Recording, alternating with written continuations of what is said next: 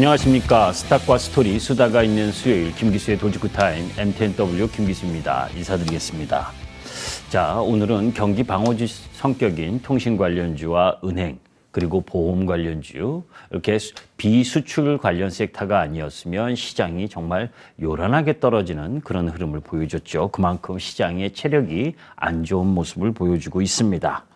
자, 그런 가운데에서 시장이 어렵고 계속해서 하락에 지치면 이런 유혹에 빠질 수가 있죠. 오빠, 금 선물 대박이야. 이러면서, 그죠? 남성 84명을 꼬드겨가지고, 122억을 가로챈 일당들, 뭐 중국인 총책부터 시작을 해서 이런 부분, 그죠? 속지 마셔야 됩니다. 그죠? 돈, 주시장이나 어떤 시장이든 쉽게 보는 돈은 없습니다. 그거 대박 쫓다가 쪽박 찰 수 있다는 거 명심하시길 바랍니다.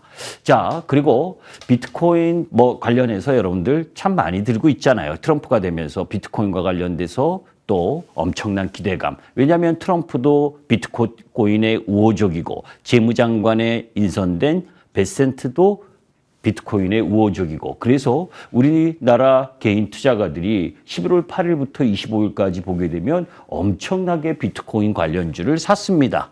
그죠? 물론 지금까지 수익률도 15%에서 20%까지 되지만 무작정 남들이 한다고 따라할 경우에는 또 한참 동안 또 힘들 수도 있다는 걸 염두에 두면서 접근할 필요가 있죠. 사실 비트코인 최대 보유 기업의 마이크로 스트래티지가 있는데 그 보유 비트코인이 약 51조라고 합니다. 그런데 그 회사의 시가총액이 약 112조.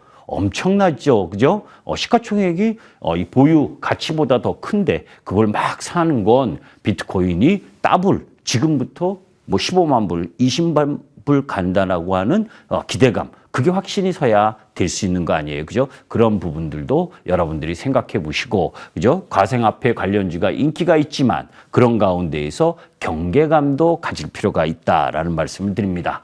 자, 그런 가운데에서 개인도 떠나, 우리가 옛날에 이런 말씀도, 이런 이야기 참 많이 들었죠. 그죠? 동료리도 가고, 종범이도 가고. 그런데 우리 주시장에서는 서학개미로 계속 가고, 국장 탈출하는 것이 무슨, 지능순인 것처럼, 그죠? 대한민국 주시장은 힘이 없고, 그죠? 그런 가운데에서 해외로 떠나는데, 그렇게 시장이 열악하다 보니까 어떤 카더라, 그죠? 증권사 찌라시에 엄청나게 시장이 휘둘리고 있습니다. 자, 코스닥 대장주 알테오젠, 그죠? 요 알테오젠이 할로자임의 특허권 침해 가능성이 언급되면서 이 부분은 이제 골드만삭스에서 제기를 했죠. 그러면서 하루에도 20%, 15%씩 왔다 갔다 하는 그런 흐름들을 보여주었고, 또 그런 가운데에서 재계 위기, 롯데그룹의 유동성 위기설, 대우그룹처럼 공중분해될 가능성이 높다. 이러면서 이 펀더멘털 악화의 투심 유축이 되면서, 그죠? 롯데그룹 측. 사실 여러분들께 계속해서 이 자리를 통해서 말씀드렸잖아요. 그죠? 화학, 케미칼, 그 중국 관련 사업을 하는 쪽 부분은 하시면 안 된다. 그죠?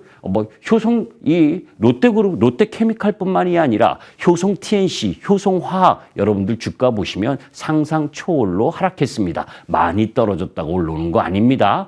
이런 아니 땡굴뚝에 연기가 나느냐 이런 시각도 있겠지만 궁극적으로는 또 그만큼 펀더멘털이 취약하다는 걸 여러분들이 이해하시길 바랍니다. 자, 그런 가운데에서 스무트 홀리 관세법에 대해서 전국 이야기를 하고 넘어가도록 하겠습니다.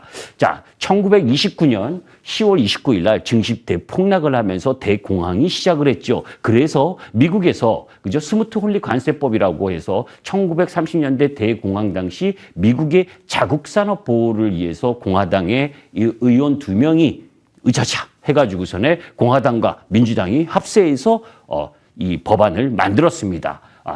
모든 2만여 개 수입품에 59%의 관세, 최고 400%의 관세를 부과하는 것이 스무트 홀리 관세법의 골자인데, 이걸 통해서 그러면 해결이 됐느냐? 아니죠. 그죠? 서로 이 보복관세가 진행되고 독일이나 프랑스, 멕시코 이렇게 반발이 하게 되면서 대공황이 심각한 상황으로 간 부분이죠. 지금 트럼프가 슈퍼 301조를 꺼내들고 또 취임 첫날 멕시코와 캐나다 그리고 중국에 관세를 부과한다는 이런 부분들이 결국은 이 스무트홀리 관세법을 연상케 하는 그런 보호무역주의 극단 흐름으로 가지 않겠느냐는 두려움이 있습니다. 그러나 그런 부분은 두려움이다.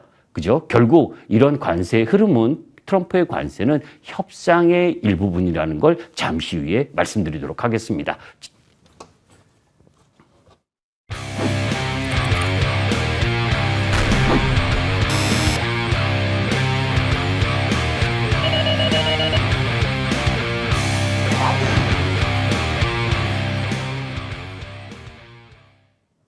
자, 예고됐던 거죠. 사실, 그죠? 트럼프가 취임 첫날 행정명령을 통해서, 그죠? 관세를 부과하겠다. 그 타겟을 딱 먼저 보여줬죠. 중국이 지금껏 관세에 10%를 추가하고, 거기에 멕시코하고 캐나다. 멕시코하고 캐나다는 사실 지금 무관세거든요. 미국 부분에 있어서. 그런데 사실은 그 근본적인 전제 조건이 있죠. 두 나라가, 멕시코, 캐나다가 펜타닐 등 마약 유입 및 불법 이민자를 단속할 때까지 모든 수입 제품에 25% 부과. 그러면 불법 이민자를 단속하고 펜타닐, 마약을 금지시키고 하는 유통을 못하게 하게 강력하게 한다면 이 관세 25%에서 줄어들 가능성이 높다라는 걸 전제 조건으로 깔았잖아요. 이 펜타밀을 공급하는 쪽이 어디입니까? 중국이고. 그죠? 그래서 지금 멕시코, 캐나다를 통해서 들어오는 저 펜타닐 때문에 미국 국민이 한 해에 10,000명 이상씩 죽는다는 거. 우리나라도 예외가 아니죠. 그죠? 아직 뭐 죽는다는 이야기는 없지만 마약 청정국가였던 우리나라도 여러분들 뉴스로 많이 들으시잖아요. 그죠? 젊은이들부터 시작을 해서 이 마약이 위험에 빠졌다. 이런 이야기. 자, 이제 이런 부분들 속에서 이 관세에 대한 부담이 진행되다 보니까 우리나라도 오늘 어떻습니까? 그죠? 수출주들은 맥이 없고 내수 관련주 중에서 나름 통신이라든지 은행, 보험 이런 쪽만 강세를 보이고는 흐름을 보여주고 있잖아요. 자, 관세 무역 사실 10% 20% 관세를 부과하는 부분이 일시적으로 그죠? 그 나라의 물가도 올라가게 되는 그런 부담 요인은 있지만 그것이 엄청난 악재라고 볼 수는 없습니다. 다만 그런 관세 부과 때문에 상대국이 보복 관세를 하고 그러면서 서로 보복 관세를 하게 되면 어떤 우려가 있는 겁니까? 경기 침체 우려. 교역이 줄면서 경기 침체 우려가 생길 수 있기 때문에 그것이 부담인 거죠. 사실 이 관세 무역 전쟁을 촉발할 가능성이 높다라는 이 트럼프의 이 첫 관세 부과 멕시코, 캐나다 그리고 중국과 관련된 내용은 사실 폭스콘이 그죠? 세계 전자제품 제조업체인 폭스콘이 엔비디아와 멕시코의 거대한 인공지능 서버 공장 건설 중이고 내년 초부터 엔비디아의 블랙엘 AI 칩이 들어가는 순행식 서버 생산 계획을 하고 있고 또 일본 기업들은 혼다 자동차는 멕시코 공장 생산량의 80%를 미국에 수출하고 닛산, 도요타 이 멕시코 2개 공장에서 생산하는 부분입니다. 그러니까 다 자동차 쪽 부분이 크게 영향을 미치죠. 우리나라도 기아와 LG전자 이 멕시코에 공장이 있고 무관세로 미국에 진입하는데 이제 25% 관세를 부과하면 그 영향이 크지 않겠느냐. 그래서 미국 기업 GM도 사실 멕시코의 공장을 가지고 이 캐나다나 멕시코에서 미국으로 80% 정도를 미국으로 수출하는 흐름을 보여주고 있기 때문에 어제 GM이 8% 급락하고 포드가 급락하는 흐름을 보여준 것도 이와 연관된 부분인 거죠. 자, 그래서 그죠? 캐나다 다급해진 게 캐나다, 멕시코 그리고 중국이죠. 중국은 마약 무기인 사실 아니다. 그리고 캐나다는 바로 트럼프의 전화를 통해서 나름 호혜적으로 이야기했다 이런 부분 또 거기다 멕시코 대통령 멕시코의 첫 여성 대통령인데 트럼프의 관세는 해결책이 아니다 이러면서 사실 트럼프 집권 1기 때도 이제 이 캐나다와 그리고 이 멕시코에게 관세 부과하면서 특히 멕시코에 관세 부과할 때 멕시코는 뭡니까? 트럼프 지역이나 또 공화당 의원들의 지역에서 주로 생산하는 품목에 대해서 보복 관세를 시행을 했고 그런 가운데에서 나중에 협정, 그죠? 북미 자유무역 협정을 맺었고 그런 가운데 트럼프가 그 북미 자유무역 협정이 엄청나게 성과가 있다 이랬는데 이게 딱 취임도 하기 전부터 취임하면서 관세를 때리겠다니까 받을 거예요. 캐나다나 멕시코 입장에선. 그런데 열받으면 뭐 어떻게 할 겁니까? 그죠? 트럼프가 추구하는 불법 이민자 추방과 그런 가운데에서 관세를 통해서 협박을 하려고 하는 흐름들이 보여지고 있다는 거죠. 자, 그럼에도 불구하고 관세는 지금 협박의 도구로 진행되고 있다. 트럼프는 비즈니스맨이자 또 포퓰리스트입니다. 그런 민주당 정권이 지금 정권을 빼앗긴 가장 큰 이유가 뭡니까? 사실 물가 때문이잖아요. 그런데 여러분들 중국에서 만약에 중국의 관세를 60% 올려서 지금 이 도표를 딱 보시게 되면 미국이 대중국 수입 품목별 비중을 보게 되면 제조품, 기계 운수 장비, 기타 제조업 이런 쪽 부분에서 비중이 크고 또 그리고 미국 품목별 대중 수입 의존도를 보더라도 일반 산업용 장비라든지 통신 음성 녹음 장비, 전기 기계 장비 예를 딱 들어서 그죠? 아이폰을 중국에서 생산하고 있는 부분을 미국으로 수입할 때 60% 관세를 때린다. 그럼 미국 소비자들이 얼씨구 트럼프 잘했다라고 할 수 있겠습니까? 물론 관세를 매기면 그만큼 개인 소득세를 소득세를 감세할 겁니다. 왜냐하면 일반 소비자가 느끼는 체감 부분을 감소시켜주기 위해서 관세에 대응할 만큼 소득세를 감세하겠지만 그래도 물가가 올라가고 소비자들의 저항 이런 부분들을 고려한다면 이렇게 무지막지한 관세 흐름 부분은 오히려 협상을 하기 위한 수단이지, 그죠? 도구이지. 그것이 목적이 아니라는 걸 염두에 둘 필요가 있다. 지난번에 말씀드렸었던 것처럼 일기 때 이야기했었던 부분, 공약으로 내걸었던 부분이 실행 단계에서는 낮춰졌다는 것을 염두에 둘 필요가 있습니다. 자, 사실 공화당이 레드 스윕을 달성했죠. 상하원 다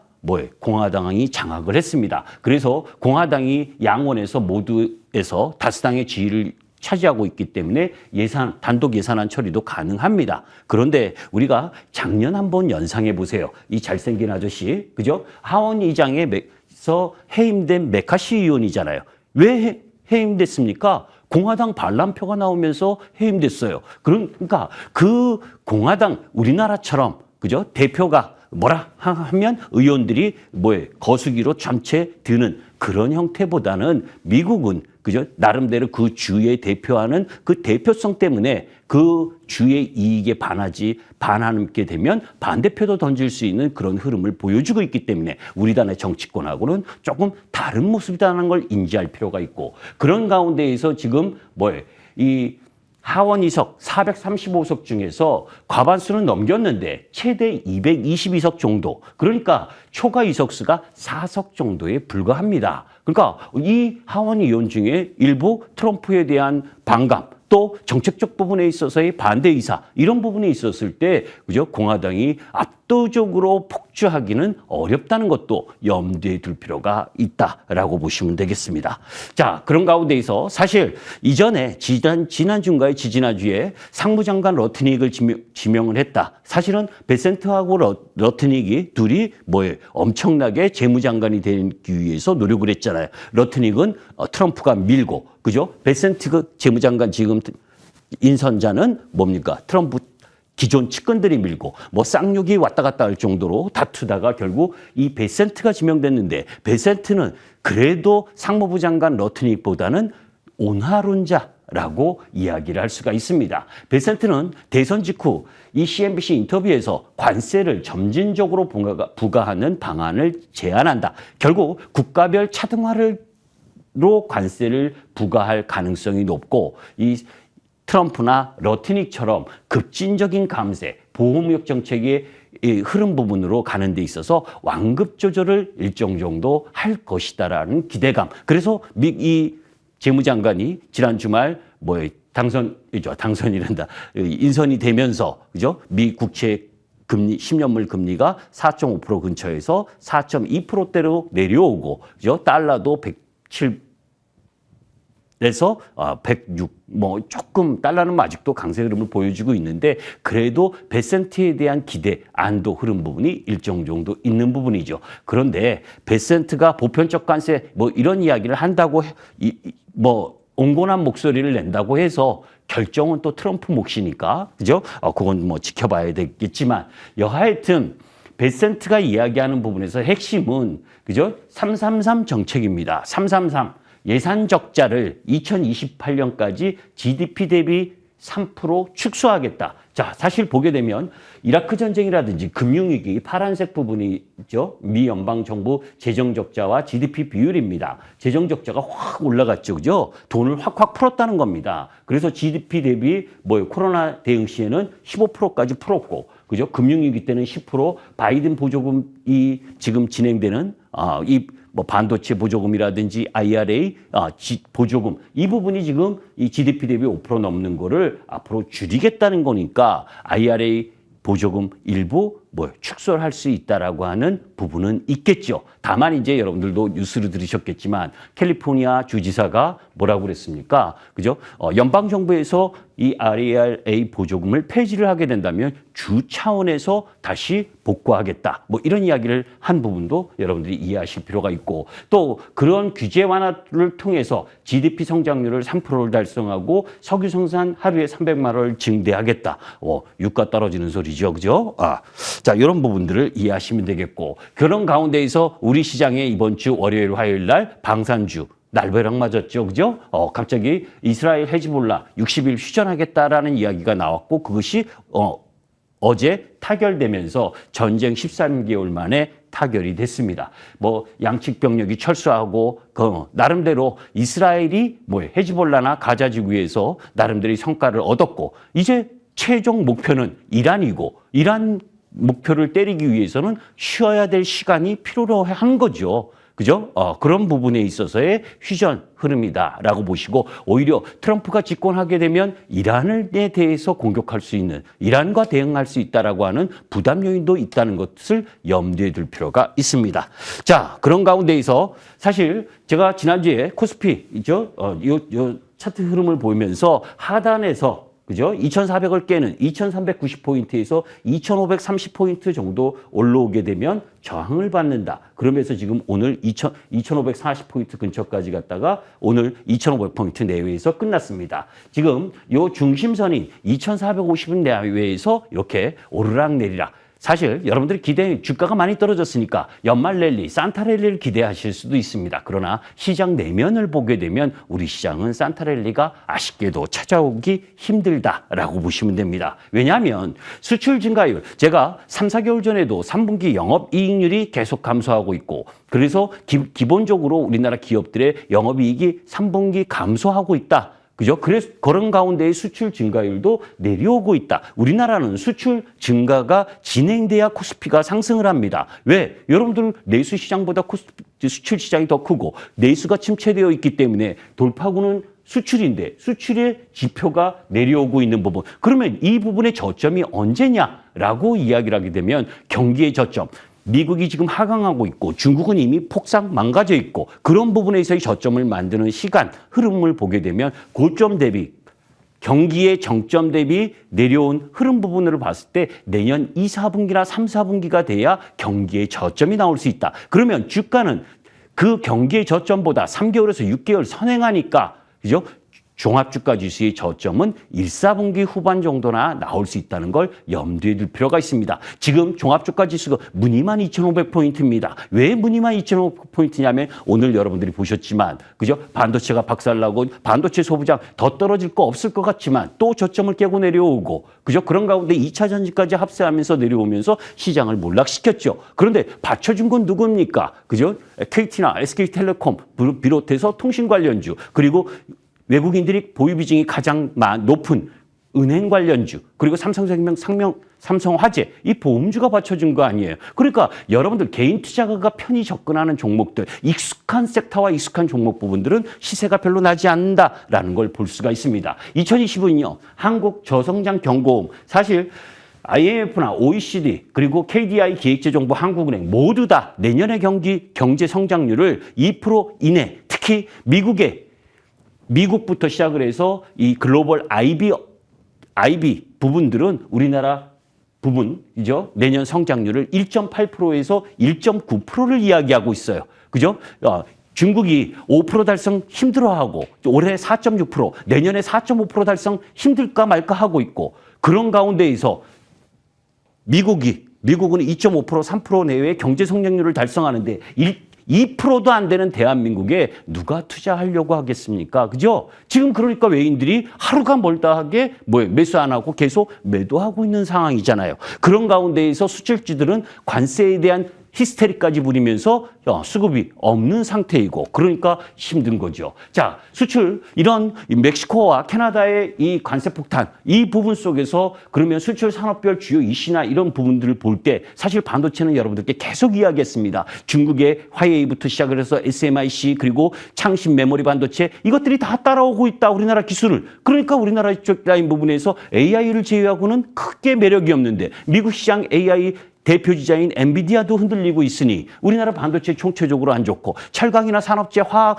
소재 이런 쪽 부분은 안 봐도 비디오로 안 좋고 그죠? 그런 가운데에서 관세 흐름 부분 잘 나가던 자동차 이런 부분들까지 안 좋으니 수출주에 힘이 없고 그런 가운데에서 멕시코 진출 기업 우리나라 기업이 약 2,000개 정도가 멕시코에 진출했었던 이력이 있을 정도로 많은 기업들이 멕시코에 진출했습니다. 특히 삼성전자, LG전자, 기아자동차, 삼성엔지니어 특히 큰 기업을 보게 되면 삼성전자가 T1나 TB 공장, LG전자가 세 군데에서 공장이 있고 LG노텍, 기아, 그죠?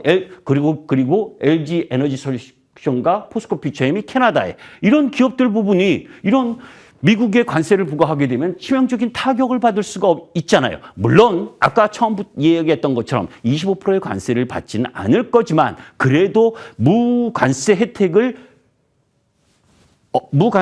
없어지는 거니까 기업들의 기업 비용이 높아지는 거고 그 영업이익이 줄어드는 효과를 발생시키는 거 아니에요. 그러니까 지금 그 결론이 나기 전까지는 세게 올라갈 수 있는 힘이 없는 거죠. 그런데 이렇게 부정적으로만 보지 말자. 사실 미국 시장서 그죠? 골드만삭스조차도 우리나라 내년 한국 경제 성장률을 1.8%로 제시했습니다. 그런데 여기서 봐야 될 부분 중에 하나는 중국이 미국에 수출하는 금액이 연간 4,500달러입니다. 이 중 1,000억 달러가 미국이 향후 중국으로부터 수입을 제한하려는 전략 물자입니다. 그 속에서 핵심 부분들 그 부분을 우리나라가 대체할 수 있는 부분 그게 이제 기계라든지 조선 여기는 뭐 전자도 있는데 저는 전자보다는 기계 그죠? 전력기계라든지 조선 그죠? 이런 쪽 부분들은 여러분들이 보셔야 되는 상황이다라고 보시면 됩니다. 자, 트럼프 수혜지냐 또 피해지냐 사실 그런 부분에 완급 조절을 이렇게 하고 있는 시장이지요. 그죠? 우리가 이 바벨 전략이라 해서 트럼프 수혜를 보는 섹터와 피해를 보는 섹터 이게 가격에 일정 정도 많이 반영됐고 또 많이 반영됐습니다. 안 좋게 반영됐고 좋게 반영됐고 그런데 어느 한쪽으로 승부를 걸 수 있는 부분이 아니다는 거. 그러니까 지금 기관들 외국인들은 뭡니까? 이 두 개의 바벨이 아니라 사실 살짝 피해서 그죠? 고배당 12월 그죠? 코스닥보다는 거래소가 12월이 더 강하다고 여러분들께 말씀드렸잖아요. 그죠? 배당도 있고. 그죠? 그래서 선물 프로그램 매수가 들어오면 그쪽으로 들어오고. 그런 부분들이 은행이나 그리고 통신 그리고 하다못해 카카오나 네이버.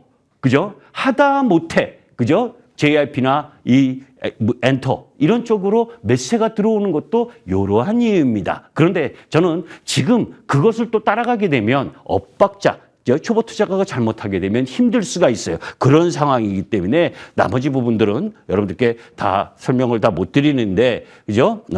전체적으로는 이 이후에 여러분들께 말씀을 드릴 텐데, 조금 전에 말씀드렸었던 고배당 관련주라든지, 그리고 유틸리티 방어 관련주에 대한 여러분들의 이 공부를 함께 할 시간을 잠시 후 6시에 갖도록 하겠습니다. 감사합니다. 김기수였습니다.